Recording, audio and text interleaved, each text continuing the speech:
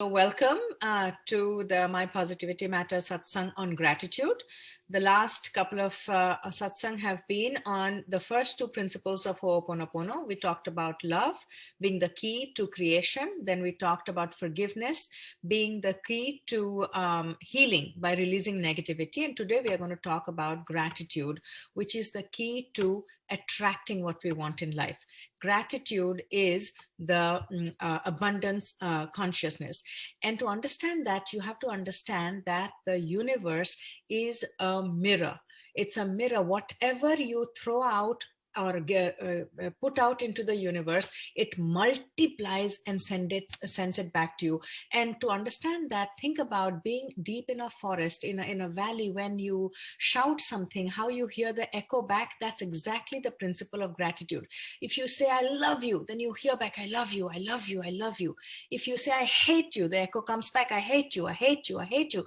That is exactly how the universe works on the principle of gratitude. And whatever, remember the three principles or four principles we talk about. What we think, we become. What we feel, we attract, not what we want. And I keep reminding you always that get your attention to what you're feeling. It's not that I want riches, I want abundance, I want a good relationship, I want wealth. That's all fine. But if you're feeling a lack consciousness, a poverty consciousness, that is what you're going to attract, because the heart is our electromagnetic signature. It's basically the mind is actually the electrical signature that we are sending out, and the heart is the magnetic energy that we are pulling towards us. So we are magnetizing or repelling people, situations, circumstances, depending on what we are feeling, not what we are thinking. What we think we create, but what we feel is what we attract, and what we visualize is what we create. So another thing that you have to understand with regard to gratitude is the Heisenberg principle of uncertainty. I would encourage you to go back later when you have some time to look up the double slit experiment. And it's a quantum physics level experiment where they basically show that normally a particle when it goes through a split in a what should I say, a curtain, on the other side it only hits as a dot. But sometimes when they actually put a camera, not even a human person, a camera to watch, that particle went through that split, and actually there was an interference pattern and it became a wave. Now, in the language of quantum physics or quantum mechanics, a particle is physicality, matter, material, and wave is possibilities. So the universe is mere possibilities. It's infinite possibilities. Whatever you are expecting, that's what it's going to do. So what this double split experiment did was, if you are not watching, the universe is in possibilities. Every possibility is coded, already coded. The minute you focus on a particular outcome, that's what's going to happen. And that's where gratitude comes in, because when you are grateful, that means there is a elimination or sublimation of our ego. Because what is ego? We get confused. We think of ego as pride. Ego is not pride. Ego is called in Sanskrit ahankar, me and mine. And when you do that, you separate yourself from the universe. And so there is always something lacking, because the universe is unity consciousness. It's everything. And when you feel yourself separate from that, then there is something lacking. But once you connect with the universe and say you are one with that universal principle, there is nothing lacking. You can just decide, ask, believe, and receive. As simple as that. Many, many people have proven it time and again. All you have to do is experiment with. Ask the universe something, because the universe does not interfere with free will. So ask, but you must believe it, because what you believe is what you're going to receive. That's what is in your heart. Whatever you feel, that's what you're going to attract. Now, let's understand what is gratitude. Gratitude means being happy, being content, accepting life exactly the way it is right now. Not only knowing that this is the only way it could be, but it is the best way. But people make a common mistake. They get confused. They say, so if we want, we should be grateful for life, so we shouldn't want anything more. No, they're two different things. all it's saying is you do not regret anything in the past, because all the things that happened to you in the past, good and bad, were necessary for you to be where you are today. Today, what you are is 14 billion years of creative evolution. All your ancestors, if you can inherit your mother, your grandmother's eyes, and your grandfather's nose, and your mother's skin, you can inherit their thought process as well. And all gratitude is saying is, had those experiences not happened, had those people not come into your life, you wouldn't be where you are today. Many people say, when you go back in life, what would you change? You cannot change anything in life, because you're playing chess with the universe. You change one piece, the universe is going to change 10 pieces. So you can't just go back and say, oops, I made a mistake, I'll just change this and everything will work out perfectly. No, the universe is going to change its pieces as well. So the situations are going to match your attitude in life. So to understand that, not to regret anything that brought you here, to understand all the people, situations, and circumstances are noble adversaries. They are here to help you learn certain lessons that will help you evolve. Everybody and everything in your life is here to help you fulfill your karma. And if they were not there, you will not evolve. So take the example of, let's say you are in high school and you don't like math. And, if for an exam, if you ask the universe or God, you pray, oh, just let me pass the exam. I don't want to go through it. Something must happen, a miracle. Without giving the test, I should pass. The universe, imagine if the universe gives you that, what will happen when you go and enroll in an engineering class? You have not learned the lesson. So you may find yourself in an engineering class and struggling there because you refuse to learn the lessons here. So even if it is difficult, to understand that these people and situation and circumstances are here to help you learn. It's like a coach for an Olympic trainer, or for even basketball, any game. Your coach gives you very tough lessons, or a boxing coach. They punch you everywhere so that you are prepared for life. Similarly, these people and situations, everything that you don't like in your life, are here to teach you something. And the minute you ask that, when something gets really bad, you stop and say, what am I asked to? What is the universe asking me to learn? What is this person trying to tell me about myself? What am I supposed to learn from this experience?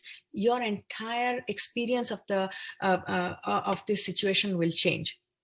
So that is why it is important to understand that everything happens for a reason, and it happens for the best. But that does not stop us from wanting to visualize better things, because that is going forward. All gratitude is saying is, don't regret anything in the past, because it was necessary to bring you where you are today.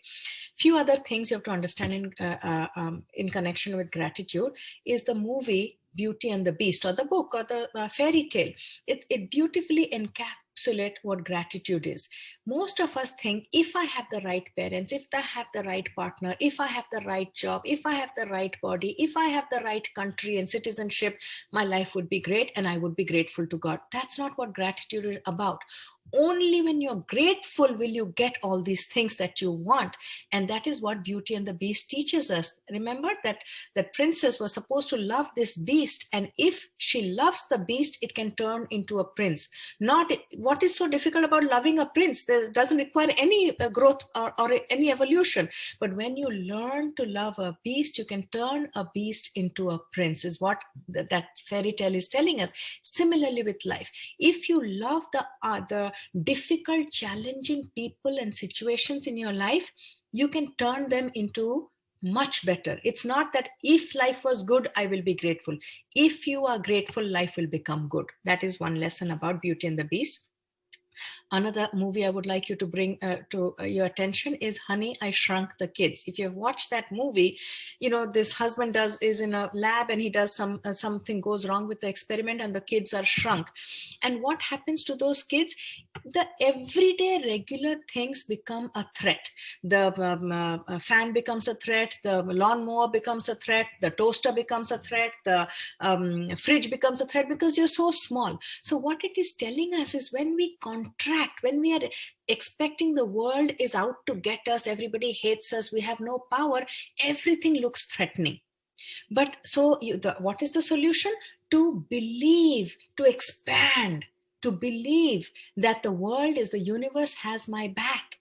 Everybody is here to help me learn and grow. The minute you expect that, your experience of the situation will change completely. Another thing I would like you to think about is this famous tennis player, Arthur Ashe. He was diagnosed with cancer, and in one of his interviews, they asked him, "Are you upset? Are you angry?" And I will never forget that had left his response left such a deep, impression on me. He said, "No, I'm not at all. I'm very grateful because out of the millions of people at the level of the, my community level, when I was chosen from the millions of people to be a good tennis player, I never asked the universe why. Then from thousands of people at the state level, when I was chosen, I didn't ask the universe, why me? Why not so many other people?" So he says, when there are a handful of people at the international level and I am one of them, I never ask the universe, why did you choose me? So when I get cancer, it is really unfair and ungrateful on my part to ask the universe, why me? So that is how you bring all these things into understanding that you are given so many fabulous opportunities, but we don't, ever stop to thank the universe. But one thing goes wrong in our life, we have this attitude, oh, why me, why me? So the human beings are trained to, what is everybody else has, we should have that, but what we have, we take it for granted. We don't give enough, don't feel gratitude. Then the other thing I want to talk about is there's this very famous actor in India, and his father taught him this, and this I think is a very beautiful message to take away. When we want something and the universe gives us what we want, it's great. But when we want something and the universe doesn't give us something, it's even better. That's how you have to understand it, because the universe is able to see the past, the present, and the future. We only have very limited vision. It's like we're sitting in a room and we're looking out of the window and all we see is this. But the universe has the bird's eye view and it sees what is best for us, things that we are not aware of. So you have to get excited when you ask the universe for something. You must understand the universe is here to help us. Why is it not giving it to me? Because it is not right for me at this point. There is a divine timing. It's like a parent. If a diabetic child wants a sugar or a candy and the parent says no, it is out of love that the parent is saying no. It's for, if you eat the sugar right now, it's really going to destroy you. Similarly, when the universe says no to us, it has very good reasons not to give us something. Then doesn't mean we cannot have it ever, but we are not ready for that level of power, that level of wealth, that level of whatever it is, because we have not learned certain lessons. Yes, how to handle power, how to handle wealth. So understanding it in that context. Also in the Hindu philosophy, we talk about, when we're talking about abundance principle, because gratitude attracts abundance consciousness. The archetypes are Lord Vishnu and Lakshmi. And because there are three stages, we have a survival, a thrive, and a transcend. We are talking about the thrive level. We're not talking about survival here. And the imagery is, there is this Lord Vishnu who it's that aspect of the universal principle that maintains and sustains the universe, and the Shakti, the power that helps this energy to sustain the universe, is abundance. That is Lakshmi.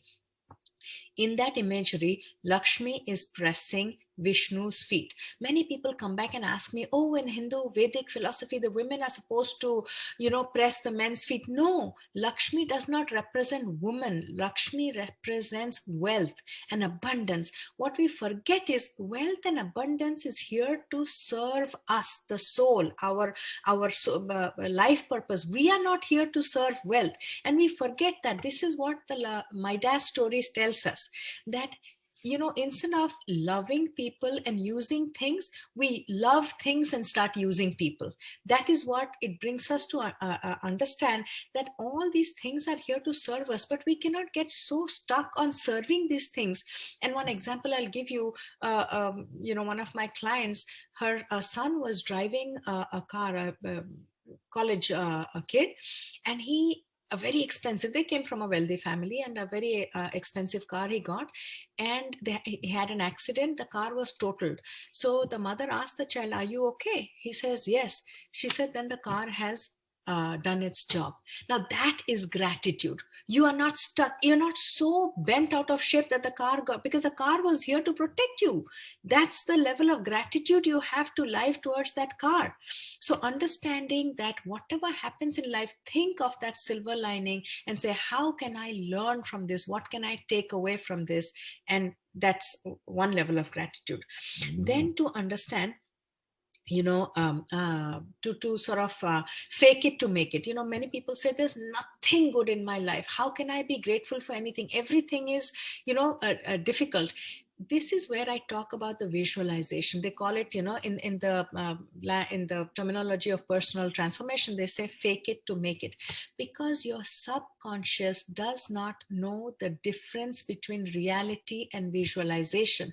If you close your eyes and you can pretend and visualize and raise your feelings to feeling that you are abundant, that you have everything that you need, it will start manifesting. They have shown this time and time and again. This law of attraction doesn't work because people have a sense of lack consciousness, poverty consciousness, and this is where that lucky penny comes to help us.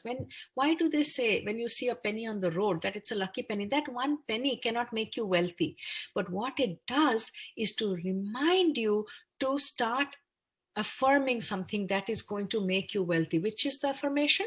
That I attract wealth easily. The actual amount of wealth does not matter. It is 1 penny or $1 or $1 million does not matter. But if you start believing, oh wow, so many, the penny was there, nobody found it, I found it, I'm a lucky person, I attract wealth easily. You don't have to put a dollar sign on it. Just believe that you attract wealth easily. If you keep on believing that, sooner or later you do this experiment, you will find $10 here, $20 there, and it's not the actual amount. Use these things, these lucky serendipitous events in your life to affirm that I am a lucky person, because whatever you look for, that's what you're going to find. That's how Google functions. If you go on the Google search engine and you say, show me whatever topic you want to, why people are happy, they'll give you 1 million hits on why people are happy. If you go and ask in the same search engine, show me why people are unhappy, it'll give you billion examples of why people are unhappy. So it's whatever you're looking for is what you're going to find. And that's why to fake it to make it is a wonderful way to cultivate gratitude. The other thing is, before modern religion came in, in all the ancient cultures, whether it is Africa, India, Mesopotamia, you name it, Aboriginal people, paganism existed in a certain form. Now we think of paganism, oh my God, it's terrible. All it means is a reverence for nature, for all that nature has to offer. And we talked about it last time also. We take Mother Nature for granted. We destroy it. We never are grateful for all the things that we get. And yet we get upset when people take things for granted and take things from us. So even the richest emperors of Europe or any other country did not have the things we take for granted today, whether it is free air, whether it is easy access to clean water, whether it is clean air, whether it is electricity, whether it is democracy, capitalism, the ability to vote, whatever it is, we take so many things for granted. If you do some examples in a day, in various places in Africa and India, they have to walk 20-30 miles just to get 2 pots of water for the whole day. And we take water for granted and we say, oh, we have nothing to be happy for. And we look at all these foods that we eat. Oh, I can't go to a fancy restaurant, but I can only eat mango and banana in winter. Do we understand how many people, how many services, how many companies, transportation, middlemen, how many storage companies, how many different organizations are responsible to bring you that tropical fruit in the middle of winter in America to you? We don't understand. We eat a meal and we feel sorry for ourselves, saying, oh, all we can afford is a good meal, not realizing how many people and services and companies have to work together for you to be able to enjoy that fruit or that Thai food or Japanese food or Chinese food or Indian food or African food here in the comfort of your home. So learning to cultivate gratitude is not that difficult, but we just take it for granted. Another thing you can do is Just one day you tell yourself that I'm going to put 2 pots of water, and every water need of mine is going to be satisfied by the 2 pots of water. Then you will understand what running water means. One day they shut down the electricity in your house, and you are scurrying around you've taken that for granted. You put your hand, tie your hand for one day, your dominant hand or even your non-dominant hand, and you've taken your body for granted, you've taken your mind for granted, you've taken your intellect for granted, you've taken your spirituality for granted. We take everything for granted, and then we are unhappy, saying our life is miserable. So that is another thing. So bringing you back to the thing, the universe is like a mirror. It mirrors whatever you give it, it multiplies it, sends it back to us like the echo. And in Sanskrit, the word is tathastu. So it says, so be it. Whatever you say, the universe is saying, so be it, so be it, so be it. It's the same thing as Amen, Amen, so be it. So become aware of the story that you're talking about yourself, because many times we talk about, we get caught up in woundology, how poor me and terrible things have happened to me, not realizing that is what is attracting more people, more circumstances and situations that make your life miserable. So become aware of the story you're speaking. It takes such great pleasure to tell people all the things that have gone wrong in your life, how you were cheated, how you were dumped, how you were mistreated, how you were humiliated. Bring awareness and zip it, because that is what you're telling the universe. So be it, so be it, so be it. That's what you're attracting. Instead of saying, I'm so lucky that I got up in the morning, this body is working, this mind is working, the spirit is working, I have fresh air, I can actually go and vote, I can see the sunshine. Find something to be happy and grateful, and see how your life changes. This is not nobody can intellectually walk you through this. You have to experience it to know how it works. Then I want to talk about maintaining a gratitude journal. We say, yeah, we all know that, but actually do it. Do it for 1 month. Have a gratitude journal, and write down all the people, especially the ones who were difficult. What did they teach you? Did they teach you to stand up for yourself? Did they teach you to have difficult conversation? Did they teach you to have unconditional love for yourself and others? Did they teach you how to cultivate forgiveness? And sometimes I was dealing with a personal client, and she said, I'm sorry, I can't find anything nice about my husband. I mean, there's absolutely no redeeming quality. And I suggested to her, can you at least say, at least the air he breathes out, the plants can breathe in and they'll survive. Find something to be grateful for, because it's not that you are helping that other person. You are raising your vibration to a level, because remember in the beginning we talked about energy, vibration, frequency. Everything is energy. Energy is information. You are energy, I am energy, laptop is energy, plant is energy, animal is energy, stones are energy. And everything is moving, repelling and magnetizing. Repelling, we're bringing people towards us, we're pushing people away from us. And there are different frequencies. If you are vibrating at the lower frequency, you're going to attract lower frequency situations. And if you're vibrating at higher frequency, you will attract higher things. Sometimes it's difficult. I know it's easier said than done. If you had all the money, if you had loving people, it would be easier to be grateful. But then what is gratitude? I tell my children when they say, oh, mom, thank you for the iPhone. I said, yeah, why won't you thank me if I give you the iPhone? But would you still thank me if I say, no, the iPhone is not good for you, it is invading your privacy, or whatever it is? If I don't give you that brand new car, would you still trust that my mother knows something I don't know? That is why she's saying no to me. So bringing that same level of trust to the universe, that why would the universe, the all loving, all forgiving, all powerful universe, why would it not give me what I want unless it was not good for me right now? That does not mean that it won't be good for me later. You can always visualize it, but never bringing resentment and anger or frustration or impatience into this. Whatever you've asked for, if you don't get it, understand something better is coming your way. And in that context, today's mantras, I have chosen 2 mantras. One is an early morning mantra that would be grateful to do. What all you need to do is you have to open your palms, and you're going to visualize at the tip of the palm is Goddess Lakshmi. She stands for abundance, and abundance is not money. Abundance is having a family. Abundance is having friends. Abundance is living in a democratic country. Abundance is having enough food to eat. Abundance is having the ability to speak, to express. Everything comes under abundance. And then we are going to invoke the goddess of wisdom, Saraswati, because in the world there are only 2 energies. One is a material energy and one is a spiritual energy. So you have to be grateful for this body, for this matter, material body, physical body, and for your mind, the spiritual, the spirit. What is spirit? Non-physical is spirit.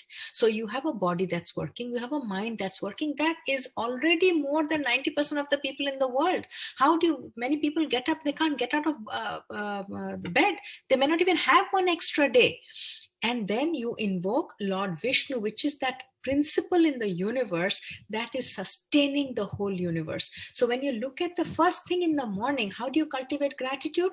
You look at the tip of your finger and say, I invoke abundance. That is what I expect today. Universe, how can you prove to me that I'm abundance? Challenge the universe, pester the universe, challenge the universe and say, show me that I'm abundant. And then you say, show me that the mind is wise, that I can think, that I'm not in my instinctual animal nature. I can think like a human being, and show me that you are behind me. You have my back. How can you be ungrateful when you have this Mother Earth? The sun is in its place. The moon is doing what it's supposed to do. The oceans are doing what it's supposed to do. The earth is stable yet. So there are many, many things, just even if you didn't have $1 billion in the bank, to be grateful for. And the second mantra is just that we will go down each of the things that we take for granted. And if one of them did not do what it was supposed to do, we would all be finished. All the billions in the bank cannot help us. And that's the Native American saying, that only when human beings poison all the rivers and all the waters of the universe, of the earth, when they burn down every tree and when they kill every animal, they will understand that you cannot eat cash, currency. So understanding that even if you don't have all the money, even if you don't have the best relationship, there are many things to be grateful for in life. And once you are grateful, your life the sky is the limit what you can manifest. So that's pretty much it. And what we can do, what we normally do is to start with Om chanting once, followed by Om Gam Ganapataya Nama. And I explained it last time, but for people who are joining us for the first time, Ganesha is the quintessential energy that is sitting in the threshold between material energy, physical world, and the spiritual world. And we invoke that energy saying, please remove the obstacles for us to live at our highest potential.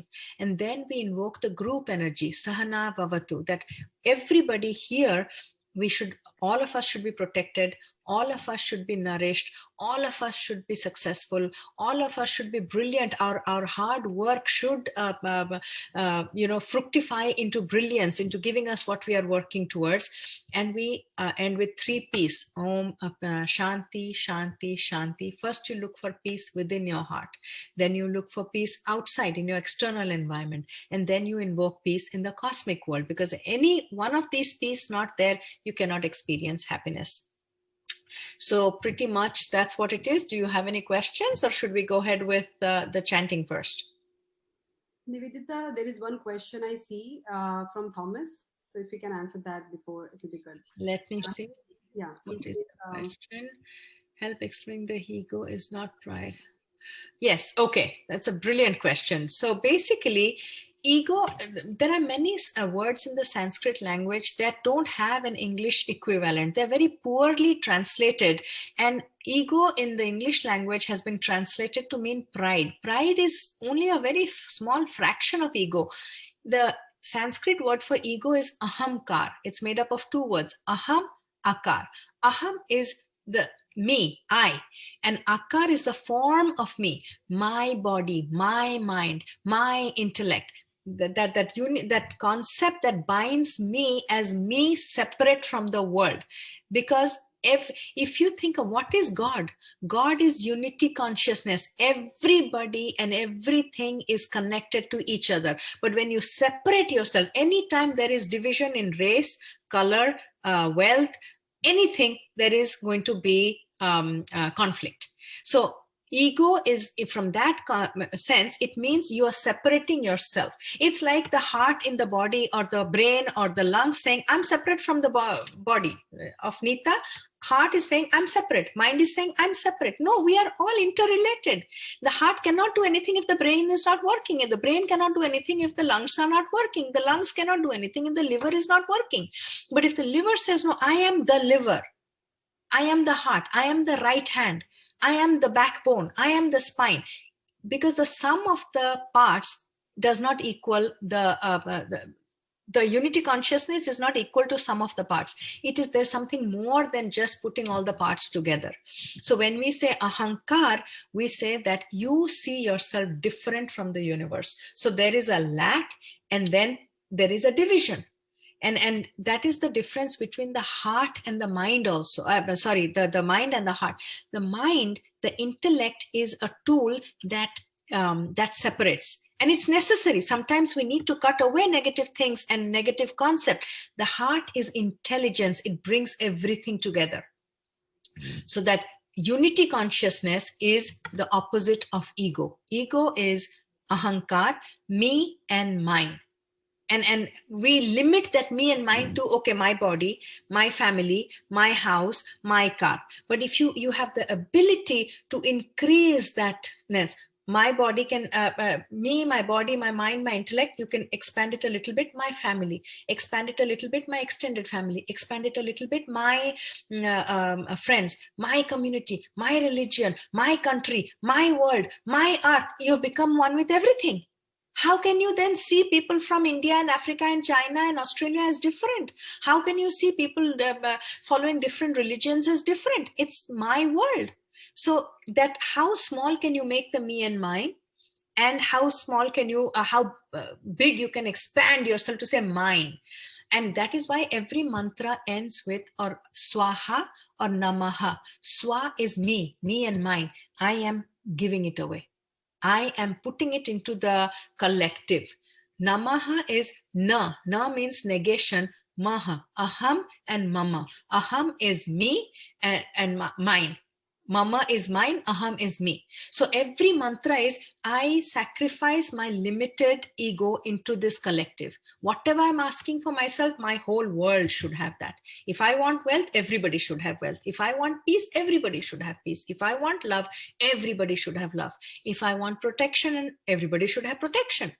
So that is where your ego falls. And you are one with the universe. What's the next question? What were the 3 realms of peace? Yes, 3 realms of peace is one inside me. First of all, I have to be peaceful. If I'm not at peace, I cannot expect anything else to be peace. Then once I'm at peace with myself, peace in my external world, my family, my world, my country, my whatever. And then cosmic peace, that this earth, the Milky Way, the galaxy, whatever, that has to, every peace, meaning everybody does what they're supposed to do, and they're happy doing what they're supposed to do. If any one of these things, and this corona pandemic came to teach us that one country can ruin every other country. Anything can happen in Australia, India, China, and we sitting here will get affected. That's how we are all interconnected, and we were not getting it. This politically, religious, and socially, we were saying, America is different from India, is different from China, is different from Australia.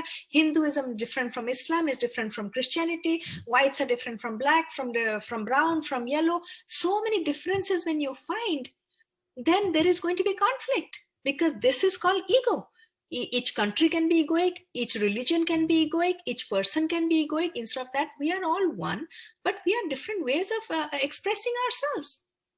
Once we say that, then there's no conflict, because we've accepted this is a fellow human being. This is and even animals, we can have compassion for animals, that we inhabit the earth together. It's not, earth is not just meant for human beings. So that's sort of inclusiveness, unity consciousness. So shall we now move on to the mantras? And I have it here. Let's start.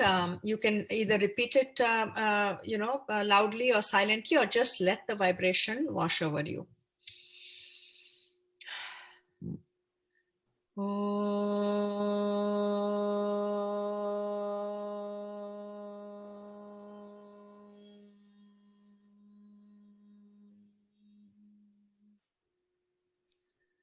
Om Gam Ganapataye Namaha.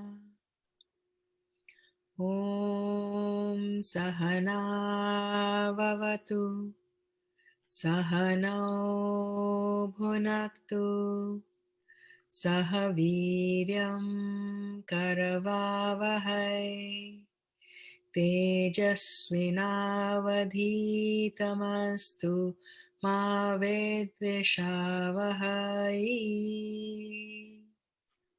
Om Shanti Shanti Shanti. May all be protected. May all be nourished. May all of us work with vigor and energy and be brilliant in our studies.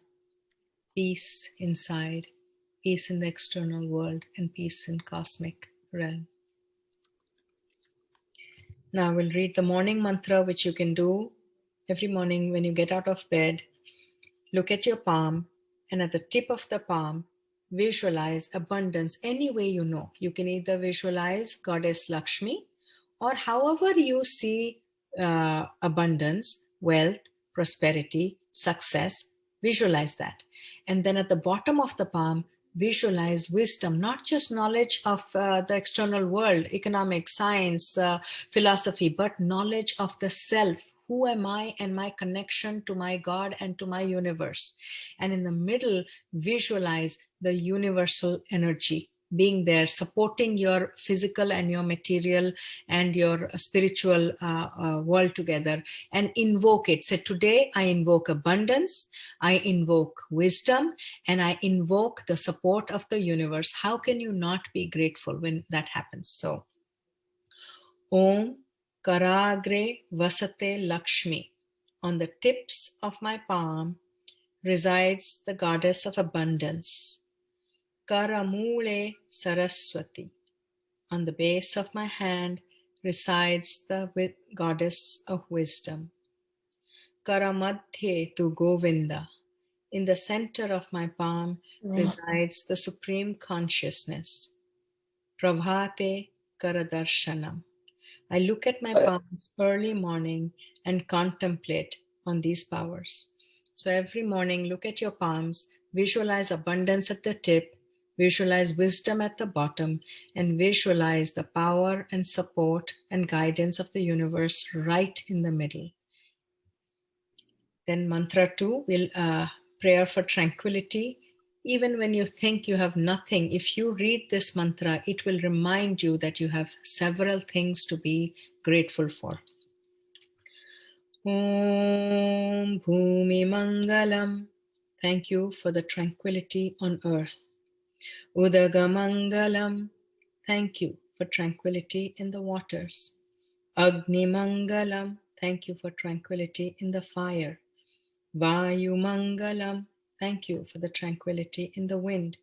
Gagana Mangalam. Thank you for the tranquility in the sky. Surya Mangalam. Thank you for the tranquility in the sun. Chandra Mangalam. Thank you for the tranquility in the moon. Jagat Mangalam.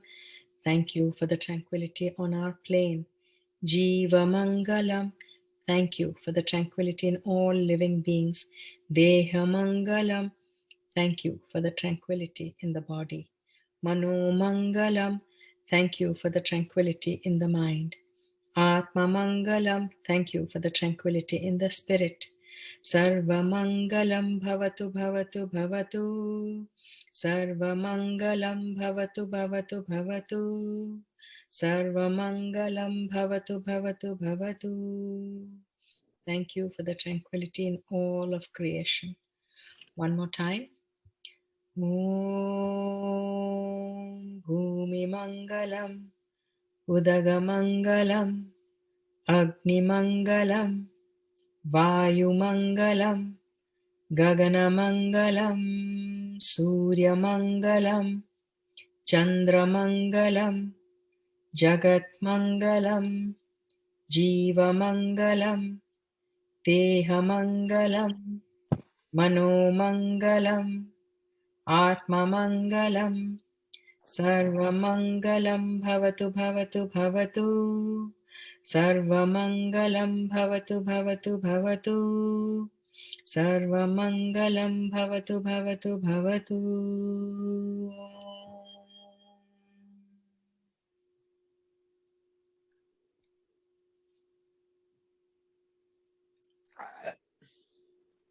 Thank you. Thank you so much, Nita. So if there's any question, I'll be happy to take those now. Rise, the oceans are going to behave the laws of nature, the wind, the air, the fire, and you saw one forest fire, how if a fire goes out of control, what devastation it can cause. You've seen what devastation tsunamis can cause. You can see what devastation typhoon and cyclones can cause. So just having proper weather, we have so much to be grateful for. Because like that Midas does, you can have all the money, but if you cannot hug your child, what good is that? If you have all the money, when we are children, we were always reminded health is wealth. None of us took that seriously until you reach mid-age or you are struck with a deadly disease. Then you realize all the money in the bank cannot save you. Something else you need to reach out to give you that level of solace. So to cultivate that, we can do that by gratitude journal. Every day, write down the names of 2 or 3 people that have brought you, and they may not be alive. Somebody who taught you a lesson, one book, you got an idea, a pet, or even a grocery store. Imagine if there were no grocery stores and we'd all have to, God knows, go where to get this food. Imagine the storage facilities were not, and we are so quick to criticize big corporations. I'm not saying corporations are great, but if the big corporations were not there, much of the luxury and the convenience in our world, we wouldn't be having it. We would all be living in our tiny little villages in our own countries and doing our own farming and doing our everything ourselves. So be grateful for everything, every little thing. The wind doesn't work today, you're in trouble. Sun doesn't work, you're in trouble. Moon doesn't do what it's supposed to do, you're in trouble. And everything works, but your body is not working or your mind is not working. What good does it matter to you if the sun, moon, wind, everything doing its thing? So even being able to get up and walk out of bed, because many people don't have that. I know so many. Look at the COVID, how many people we have lost. That if we are alive one single day, because we don't, just the gift of life is to enable us to work off our karmas and rise and evolve from the instinctual animal being to an intentional thing, to be given this life to work off all the and learn all the lessons we're supposed to learn. So we start at a higher place next life or next day or next month, next year. So bringing gratitude, this is something no amount of intellectual talk can help you understand it. Practice it for a month. Commit to it. Every day you will write a gratitude journal. You'll get up in the morning and say, I invoke all the material abundance around you. Lakshmi, the house, the earth, the fruits, the trees, the animals, everything is here to serve you. And you invoke that wisdom, that you're able to take all this and make something bigger out of it, value add to it. And then expecting and challenging the universe to be behind your back, saying, show me how this can get any better than this. Even in the worst of situations, stop and say, universe, I know this is for the best, but I am not able to understand it. It feels horrible, terrible. Can you please give me a sign, symbol, help me understand how this is in my best interest? And you will be given the answers.